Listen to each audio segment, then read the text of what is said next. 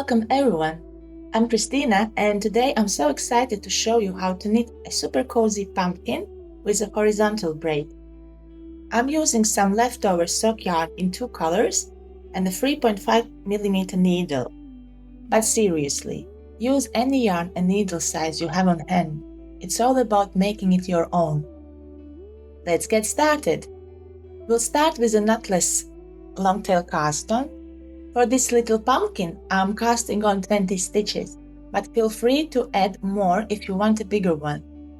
Now we are on the wrong side, just slip the first stitch, then purl the rest. That's our easy peasy setup row.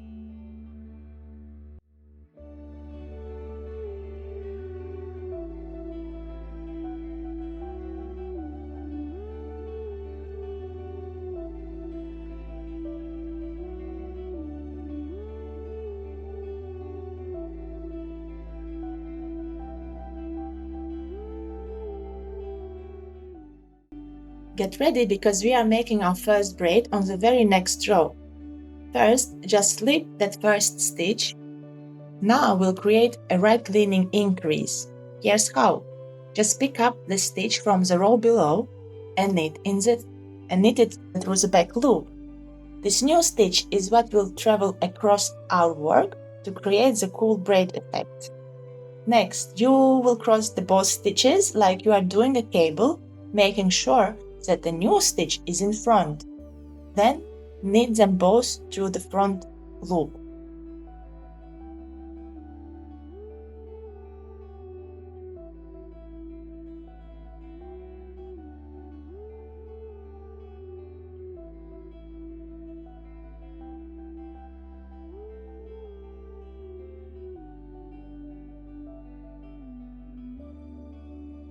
Keep doing this across the row. Just switch those stitches and knit them both. It's how we get that extra stitch to go all the way across. There's a second way how to do this, where you knit the second stitch first, but in this case it really doesn't matter. I find my first way a bit neater on the back, but since the inside of the pumpkin will be hidden, go with what's the most comfortable for you.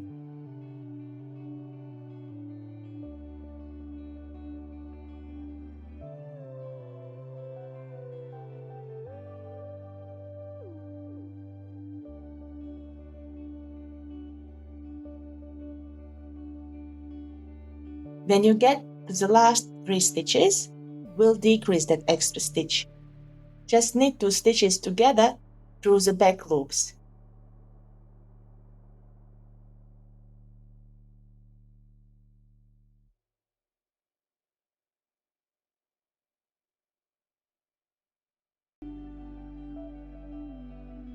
And just like that, you've made your very first horizontal braid. How cool is that? Now we'll do 3 rows of stockinette stitch to create some space between our braids. Purl on the wrong side, knit on the right side, and then purl again.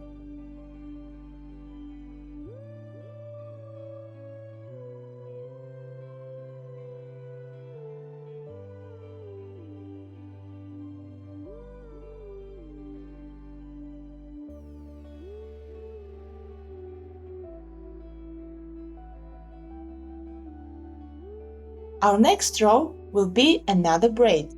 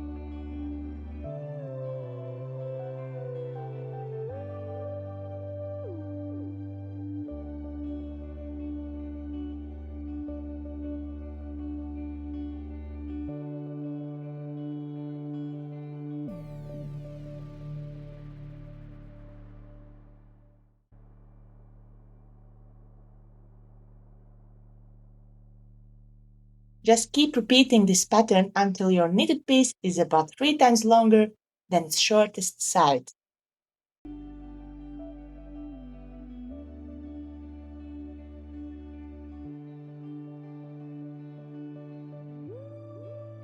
Ready to sew it up? I'm using a seam that's kind of like a Kitchener stitch. I want it to be as thin as possible. Since we don't have live stitches on the other side, we'll improvise a bit. Just join the cast-on stitches with the live stitches on your needle and make sure your seam is nice and neat.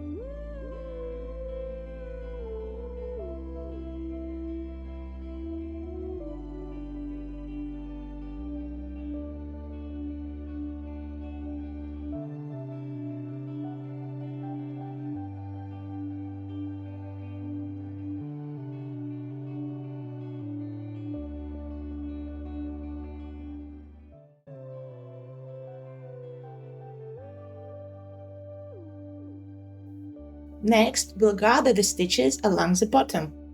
Grab a separate piece of yarn and go through each stitch all the way around the bottom of the tulle.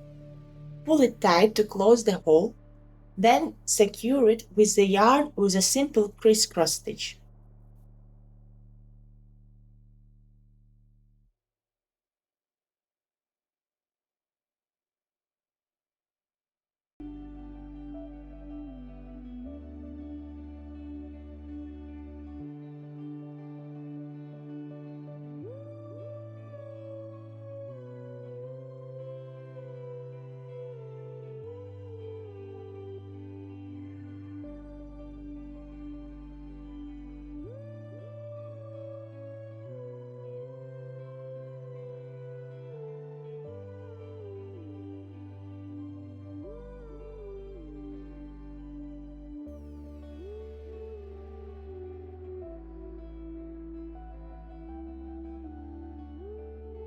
Now for the fun part, stuffing.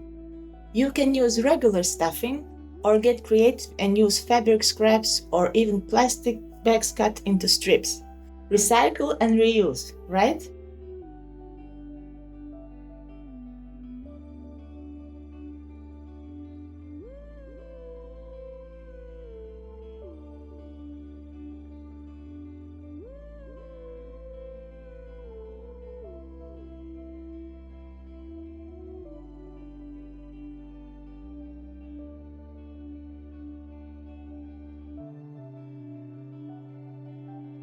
For the stem, a simple stick or cinnamon stick works great.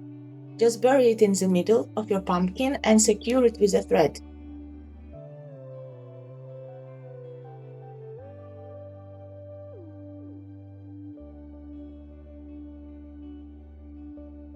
To make those classic pumpkin wedges, just pass the yarn along the sides or use a running stitch.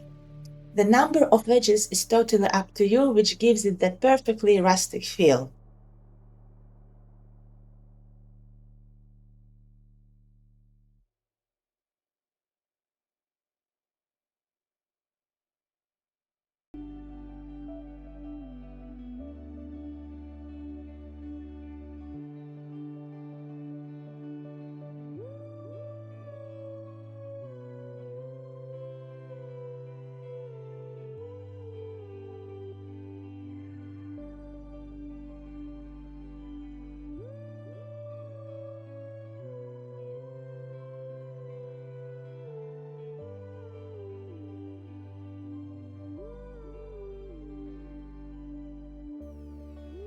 To finish, I'm adding a simple bow with some leftover paper yarn for a nice polished look.